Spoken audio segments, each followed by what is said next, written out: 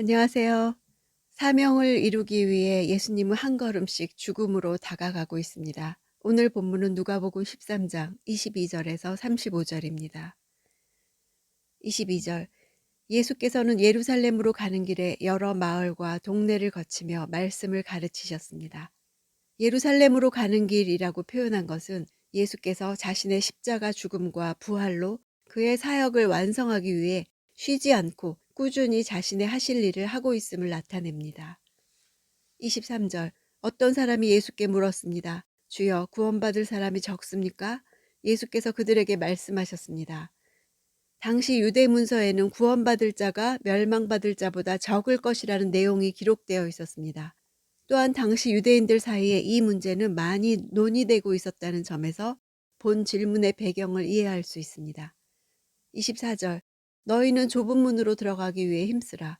내가 너희에게 말한다. 많은 사람들이 그곳에 들어가려 하겠지만 들어가지 못할 것이다. 원문은 힘쓰라로 시작합니다. 강조점이 좁은 문으로 들어가는데 힘쓰는 것에 있음을 알 수 있습니다.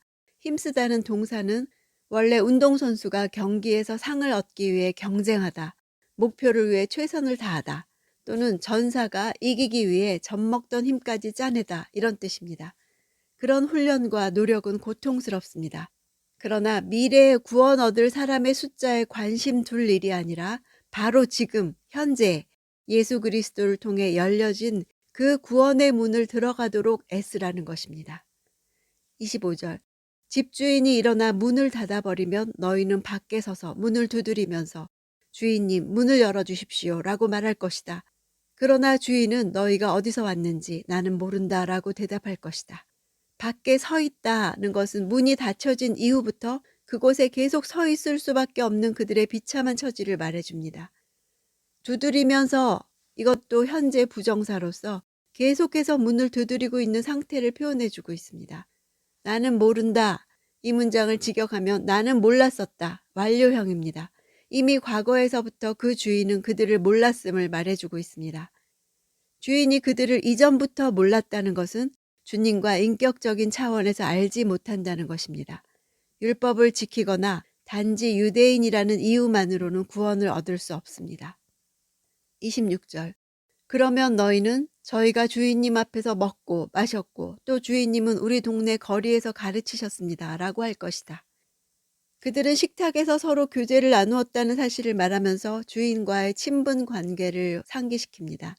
유대 사회에 있어서 식탁 교제를 나누는 것은 매우 친밀한 관계임을 보여줍니다. 그러나 주인은 이런 식탁 교제가 의미 없었음을 말합니다. 형식적으로 식탁 교제는 나누었지만 진실된 교제를 나누지 못했음을 보여줍니다. 거리에서 가르치셨다는 것은 실제로 지금 길거리에서 이 비유의 말씀을 듣는 자들을 빗대는 것입니다. 함께 식사했다고 주장하는 자들은 예수를 따르지 않으면서도 함께 식사한 바리새인들을 가리킨다고 볼 수 있습니다. 28절 아브라함과 이삭과 야곱과 모든 예언자들이 하나님 나라에 있고 너희 자신은 정작 밖으로 내쳐진 것을 볼 때 너희는 거기서 슬피 울며 이를 갈 것이다. 슬피 운다 하는 동사는 통제할 수 없는 내적 감정이 폭발해서 큰 소리를 내어 우는 상태를 가리킵니다. 이를 간다는 것은 본래 강한 분노를 가리킵니다. 하나님 나라 밖에 쫓겨난 자들의 자기 자신을 향한 강한 분노, 강한 후회를 가리키고 있습니다. 29절 사람들이 동서남북 사방에서 와서 하나님 나라의 잔치 자리에 앉을 것이다. 사람들이 동서남북 사방에서 와서 하나님 나라 잔치에 참여한다는 것은 당시 유대인들이 생각했던 아브라함의 후손의 구원이라는 폐쇄적인 구원관을 깨뜨리고 이방인들에게까지 확장될 구원을 보여줍니다. 31절 그때 몇몇 바리새파 사람들이 예수께 와서 말했습니다. 여기서 떠나 다른 곳으로 가십시오. 헤롯이 당신을 죽이려 합니다. 그들이 헤롯의 계획을 알려준 동기가 무엇인지는 알려져 있지 않습니다. 실제 헤롯에 그런 음모가 있어서인지 단순히 자신들의 지역에서 떠나 다른 곳으로 가기를 원했기 때문인지 헤롯이 일부러 이런 정보를 예수님의 귀에 들어가게 하려고 바리새인들을 동원한 것인지는 확실치 않습니다. 32절 예수께서 말씀하셨습니다. 그 여우에게 가서 말하라. 오늘과 내일은 내가 귀신을 쫓아내고 사람들을 고쳐줄 것이다. 그리고 셋째 날이 되면 내 뜻을 이루리라. 헤롯을 여우라 하신 것은 그의 간교함 때문입니다. 예수님 시대의 여우는 하찮은 사람을 가리키는 표현으로 사용되기도 했습니다. 헤롯에게 가서 말하라. 이 말은 그들이 실제로 헤롯과 한편이라는 예수님의 판단을 드러내는 것일 수도 있습니다. 34절 오 예루살렘아 예루살렘아 내가 예언자들을 죽이고 내게 보낸 사람들을 돌로 치는구나. 암탉이 제 새끼를 날개 아래에 품듯이 내가 얼마나 너희 자녀들을 모으려고 했더냐. 그러나 너희가 원하지 않았다. 여우 같은 위험 앞에서 암탉은 새끼들을 날개 아래 품고 자신이 죽임을 당하지요. 예수님도 여우의 위협 앞에 암탉처럼 자기 백성을 대신해 죽음을 향해 가시는 것입니다.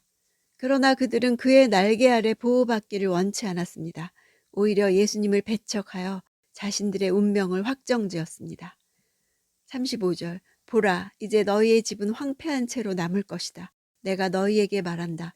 너희가 주의 이름으로 오시는 그분은 복이 있다 라고 말할 때까지 너희가 다시는 나를 보지 못할 것이다. 성전은 하나님과 이스라엘 백성의 관계를 상징했습니다. 그러므로 황폐한 채로 남은 성전은 하나님과의 분리를 의미합니다. 유대인들은 그들의 성전을 하나님이 거하시는 지상 장소라고 이해했습니다. 예수님은 헤롯의 위협 앞에서도 눈 하나 깜짝하지 않았습니다.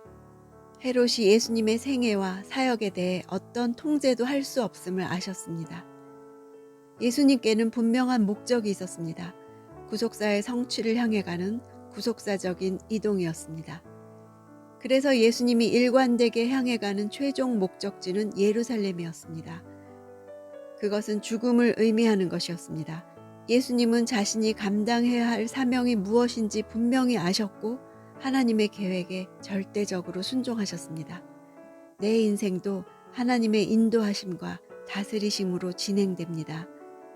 하나님이 나를 위해 가지고 계신 뜻을 이룰 것입니다. 위협이나 사고나 불행이 가까이 있어도 오늘 지금까지 해온 일을 하고 그 다음 날에도 마땅히 내 사명을 완수할 것입니다. 나의 현재와 미래를 통제하시는 분은 오직 하나님이십니다. 이 여정으로 구속사가 이루어질 것입니다.